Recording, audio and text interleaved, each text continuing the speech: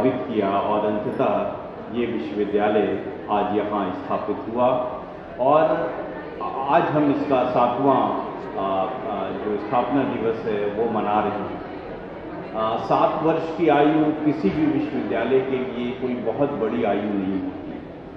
काशी हिंदू विश्वविद्यालय जैसे विश्वविद्यालय हैं जो 1916 में स्थापित हुए थे और महात्मा गांधी केंद्रीय विश्वविद्यालय 2016 में स्थापित हुआ।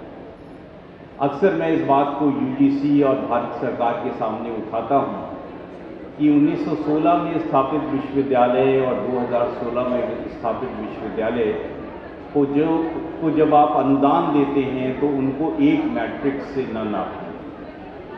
काशी हिंदू विश्वविद्यालय को संभवतः अब कम अनुदान की आवश्यकता होगी, लेकिन महात्मा गांधी केंद्रीय विश्वविद्यालय को अत्यधिक अनुदान की आवश्यकता है।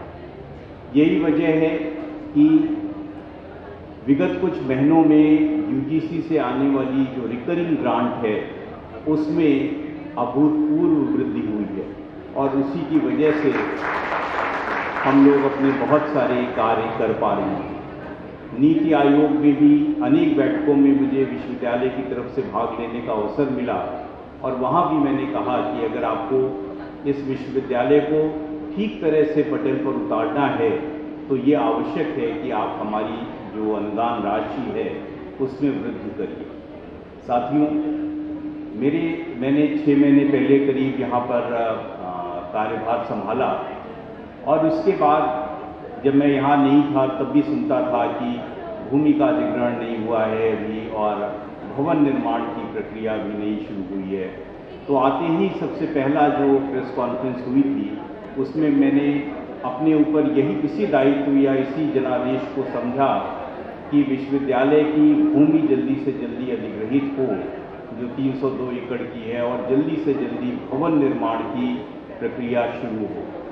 तो जो अभी हमारे पास करीब 132 एकड़ की जमीन है उस पर भवन निर्माण के लिए डीपीआर बनाने की अनुमति भारत सरकार से मिल गई है और बहुत शीघ्र ही हम लोग डीपीआर बनाने की कार्रवाई को प्रारंभ करेंगे। एक अन्य विषय था कि पीएचडी के जो छात्र हैं उनसे संबंधित ऑर्डिनेंस और एसओपी नहीं तैयार है।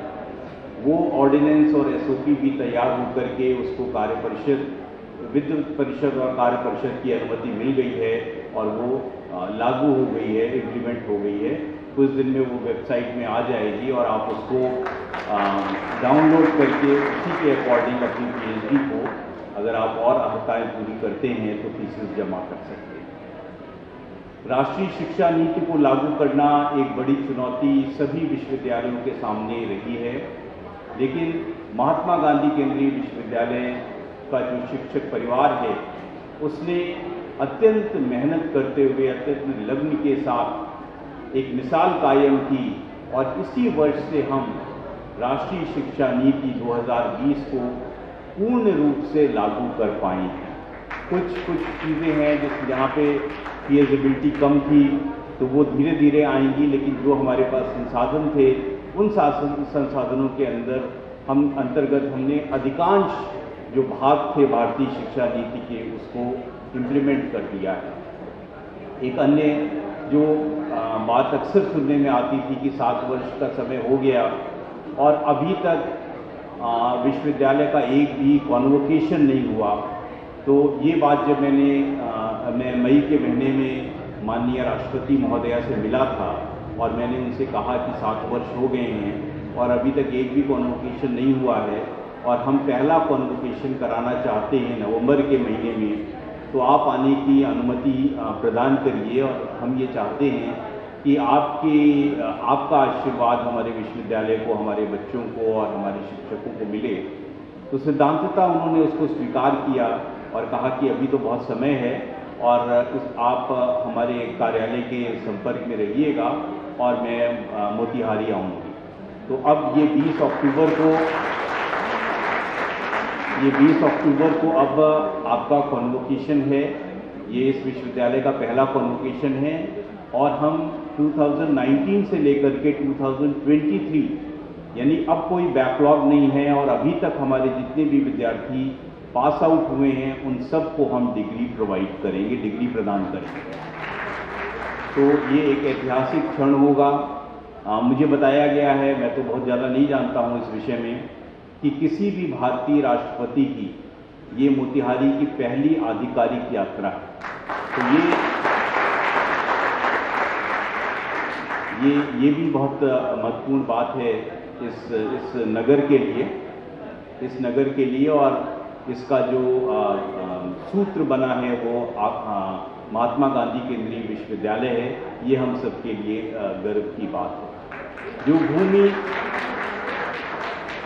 भूमि अधिग्रहण की समस्या है, उसके ऊपर भी हमारी एक टीम काम कर रही है, और संभवतः बहुत जल्दी ही मुझे लगता है कि 1 माह के अंदर जो बची हुई भूमि है वो भी महात्मा गांधी केंद्रीय विश्वविद्यालय को हस्तांतरित हो जाएगी।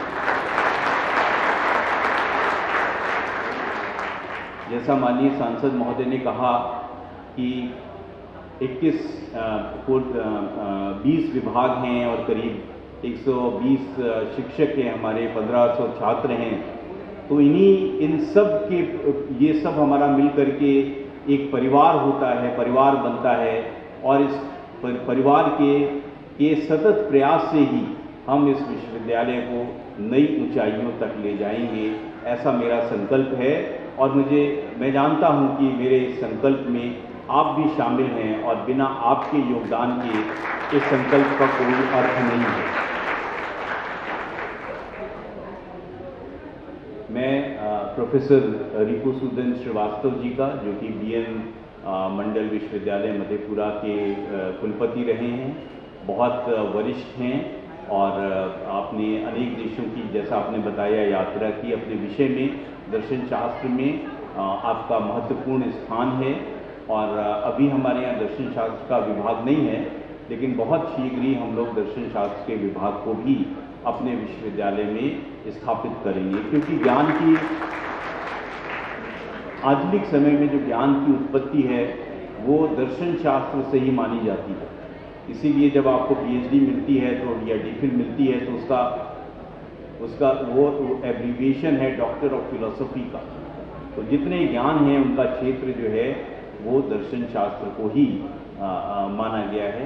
तो सर, आप आए हमारे बीच में, आपने हम लोगों को आशीर्वाद अपना दिया, तो इसके लिए हम बहुत बहुत आपके आभारी हैं। और आने वाले समय में अनेक विश्वविद्यालय की समितियां हैं जिनमें हम लोग चाहेंगे कि आप अपना योगदान दें, आप उसके सदस्य रहें। तो आप सब निरंतर आते रहें और हम लोगों को आशीर्वाद देते रहें। मैं विश्वविद्यालय के सभी सम्मानित शिक्षकों का, वन नेशन वन इलेक्शन के सेमिनार में आए हुए सभी अतिथियों का, अपने प्रिय छात्रों का, छात्राओं का, और विशेष रूप से वो छात्र छात्राएं जिन्होंने बहुत अच्छी प्रस्तुति कल रात के भी सांस्कृतिक कार्यक्रम में दी और आज भी दी, उनको मैं विशेष रूप से बधाई देता हूँ। प्रोफेसर प्रसूनदत्त सिंह जी, जो कि इस कल से जो ये स्थापना दिवस का कार्यक्रम चल रहा है, कल से शाम से, और आज सुबह भी आपने देखा कि हवन हुआ और उसके बाद ये कार्यक्रम हुआ, इसके सूत्रधार वही हैं। उनको भी मैं बहुत बहुत धन्यवाद देता हूँ, बधाई देता हूँ सफल संचालन के लिए। प्रोफेसर पाल भी हमारे साथ हैं, उनको भी मैं बहुत धन्यवाद देता हूँ। विश्वविद्यालय प्रशासन की तरफ से सभी मल्टीटास्किंग के स्टाफ, सभी हमारा जो ऑफिस के लोग हैं, मीडिया के लोग हैं, सभी बहुत बहुत धन्यवाद और बधाई के पात्र हैं। और इस 7वें स्थापना दिवस को हम लोग इस हॉल में बना रहे हैं, और ये हॉल भी अभी कुछ दिन पहले ही डेकोरेट होकर के और इसकी फर्निशिंग की गई है और ये तैयार है। तो आने वाले समय में आप देखेंगे कि परिवर्तन आपको बहुत तेजी से होता हुआ दिखाई देगा। और ये परिवर्तन मैं इस शक्ति के वजह से कर पा रहा हूँ जो मुझे आपसे मिलती है, प्रिय छात्रों से और अपने शिक्षकों से, और ये जो पूरा का पूरा हमारा परिवार है। तो मैं इस स्थापना दिवस के 7वें स्थापना दिवस के अवसर पर फिर से आपको बहुत बहुत बधाई और शुभकामनाएं देता हूँ।